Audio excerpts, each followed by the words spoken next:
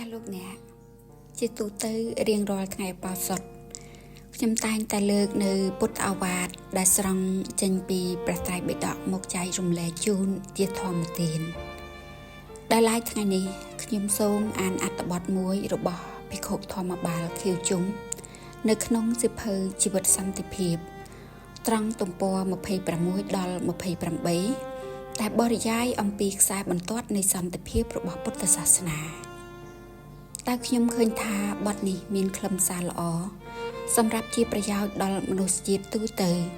ដោយមិនថាលោកអ្នកបដិបត្តិនៅសាសនាណាក៏គង់មានសេចក្តីប្រាថ្នាតែមួយគឺធ្វើឲ្យមនុស្សដល់នៅសេចក្តីសុខសន្តិភាពដូច្នោះនៅវេលានេះខ្ញុំសូមអានជូននៅខ្លឹមសារដើមទាំងស្រុងជាមនុស្សជាតិត្រូវមានសេចក្តីក្លាហានចំពោះនីតិ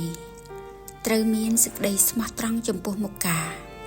ត្រូវជាបុគ្គលរស់នៅដោយគេស្ដីថាងាយត្រូវជាអ្នកមានចិត្តទន់ភ្លន់ត្រូវជាអ្នកលះបង់នៅសេចក្តីប្រកាន់ត្រូវជាអ្នកមានសេចក្តីសន្តោសត្រូវជាអ្នករស់នៅឲ្យគេចិញ្ចឹមងាយមិនរើសអើងចំពោះបច្ច័យជាគ្រឿងធ្វើឲ្យជីវិតប្រព្រឹត្តទៅបាន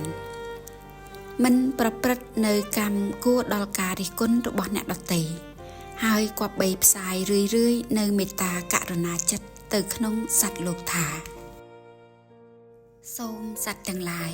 ចូលនាំគ្នារស់ដោយមិនមានពៀដោយមានសេចក្តីសុខសប្បាយដោយមិនមានទុក្ខទោសគ្រោះថ្នាក់ដោយមិនមានធម៌ព្យាបាទដោយចេះថែរក្សាខ្លួនឲ្យបានសេចក្តីសុខចម្រើនគ្រប់អាត្មាទាំងមនុស្សសត្វទាំងសត្វទេពសត្វរូបព្រំសត្វអសញ្ញីគឺសត្វដែលឥតសញ្ញាសត្វអរូបព្រំសត្វនរកសត្វប្រែតសត្វអសុរកាយសត្វដេរឆានប្រភេទធំប្រភេទតូចប្រភេទមានជើងច្រើនប្រភេទមានជើងតិចប្រភេទមានស្លាបប្រភេទមិនមានស្លាបប្រភេទមើលឃើញប្រភេទមើលមិនឃើញប្រភេទនៅជិតប្រភេទនៅឆ្ងាយប្រភេទកើតទៀតប្រភេទមិនកើតទៀតប្រភេទកំពុងរកភពកើតទៀតឡាកាលណាសត្វទាំងឡាយបានរស់នៅក្នុងសេចក្តីសុខស្ងប់គ្រប់អាត្មាហើយសូមទុកដាក់ខ្លួនជាភាត្រភាពដល់គ្នានឹងគ្នាកុំប្រព្រឹត្តនៅបទសង្កត់សង្កិនគ្នាកុំនិយាយពាក្យអាក្រក់អំពីគ្នាទាំងក្នុងទីចំពោះមុខទាំងក្នុងទីកំបាំងមុខកុំបង្កើតនៅសេចក្តីទុក្ខដល់គ្នានឹងគ្នាកុំមានចិត្តស្អប់ខ្ពើមគ្នាកុំមានចិត្តចង្អៀតចង្អល់ដល់គ្នានឹងគ្នាមេត្តាបិតាទាំងឡាយចិញ្ចឹមកូនទំនុកបំរុងកូនដែលកើតចេញអំពីដើមទ្រូងរបស់ខ្លួនឲ្យរស់នៅប្រកបដោយសេចក្តីសុខរហូតដល់ហ៊ានលះបង់ជីវិតដើម្បីការពារនៅគ្រោះថ្នាក់ដែលនឹងត្រូវកើតមានដល់វត្ថុជាទីស្រឡាញ់នេះយ៉ាងណាមិញមនុស្សលោកម្នាក់ប្រសិនណាបើមានចិត្តស្រឡាញ់សន្តិភាពរបស់ជីវិតនៃខ្លួនក៏គប្បីបង្កបង្កើតនៅមេត្តាធម៌ឲ្យមានក្នុងចិត្តរបស់ខ្លួនជាមួយនឹងការផ្សាយនៅមេត្តាធម៌នេះដល់សត្វទាំងឡាយដោយឥតមានកំណត់ព្រំដែនឥតមានកំណត់ជាតិសាសន៍ដើម្បីការពារនៅសន្តិភាពរបស់ជីវិតទាំងឡាយយ៉ាងនោះដែរនេះគឺជាព្រះសូត្រមួយឈ្មោះថាមេត្តាសូត្រដែលមានសម្ដែងអំពីការផ្សាយមេត្តាចិត្តដូចដែលបានពោលមកហើយព្រមទាំងមានសេចក្តីបញ្ជាក់បន្ថែមថាបុគ្គលដែលនឹងហាត់រៀនចម្រើនមេត្តាចិត្តនោះជាដំបូងគប្បីធ្វើដល់ខ្លួនឯង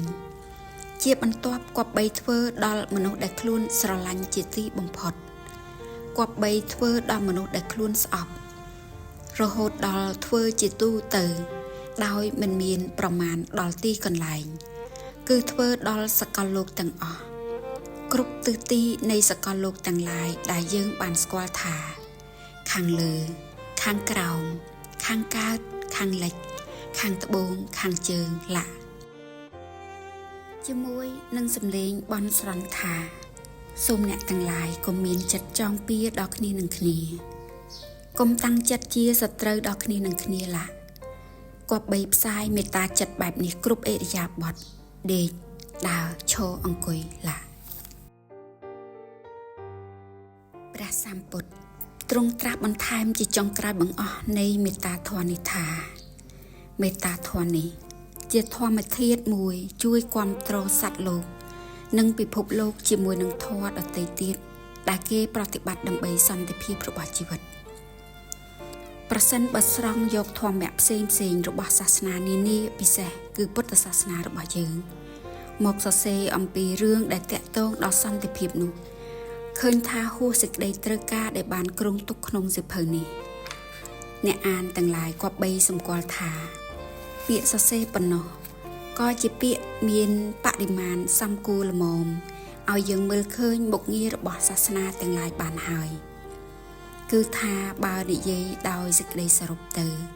មុខងាររបស់សាសនាមិនមានអ្វីដទៃក្រៅអំពីធ្វើឲ្យមនុស្សអស់ទុក្ខព្រួយឲ្យមនុស្សមានសុខសន្តិភាពសម្រាប់ជីវិតដែលមនុស្សទាំងឡាយមានការចងចាំតាមផ្លូវគំនិតអស់កលជានិច្ចនោះឯងតាមពាក្យបង្រៀនរបស់សាសនាដែលខ្ញុំបាននិយាយមកហើយនោះគេទាំងឡាយអាចនឹងស្ដាប់បានថាសាសនាមានសេចក្តីប្រាថ្នានឹងធ្វើឲ្យមនុស្សដល់នៅសេចក្តីសុខសន្តិភាពមែនលំដាប់នេះត្រូវពិតមិនខុសនោះទេដូចនេះព្រោះអ្វីព្រោះសន្តិភាពពុំមែនកើតមកអំពីសម្ភារៈតែម្យ៉ាងឡើយគឺប្រកាសជាកើតមកអំពីចិត្តមេត្តាករុណារបស់មនុស្សផងដែរឬបើយើងចង់និយាយថាកើតមកអំពីចិត្តល្អរបស់មនុស្សនោះក៏រឹតតែត្រូវហើយងាយស្ដាប់ផងទៀតចំពោះរឿងនេះប្រវត្តិសាស្ត្រនៃពិភពលោកក៏បានប្រាប់យើងយ៉ាងច្បាស់មកហើយថាសេចក្តីសុខសៀមសាន្តដែលជាកំពូលនៃសេចក្តីប្រាថ្នារបស់មនុស្សនោះគឺសន្តិភាពរបស់ជីវិតប្រវត្តិសាស្ត្រនោះបានធ្វើនៅសេចក្តីបន្ថែមថាក្នុងសម័យណាដែលមានសង្គ្រាមកើតឡើងក្នុងសម័យនោះអ្នកនៅក្នុងអាណាខេត្តរបស់សង្គ្រាមអស់សន្តិភាពក្នុងសម័យណាសង្គ្រាមរលត់ក្នុងសម័យនោះមនុស្សមានសន្តិភាពសម័យសង្គ្រាមកើតឡើងម្ដងជាសម័យដែលមនុស្សស្ថិតនៅក្នុងខ្ទង់សូន្យគ្រប់អាត្មាជាអាចសូន្យទ្រព្យសូន្យជីវិតសូន្យប្រពន្ធសូន្យកូនសូន្យសិលធម៌លើនេះទៅទៀតគឺមិនមែនស្ថិតនៅតែលើខ្ទង់សូន្យប៉ុណ្ណោះទេគឺស្ថិតនៅលើខ្ទង់កើតផងជាអាចកើតមានទណ្ឌកម្មដោយមិនមានកំហុសកើតទរណកម្មដ៏សាហាវដល់ខ្លួនកើតរោគចិត្តកើតរោគប្រែប្រួលស្មារតីកើតចិត្តអមនុស្សធម៌កើតចិត្តក្បត់ផ្សេងសំណូននិងកំណើតដូចបានរៀបរាប់មកដោយសង្ខេបនេះ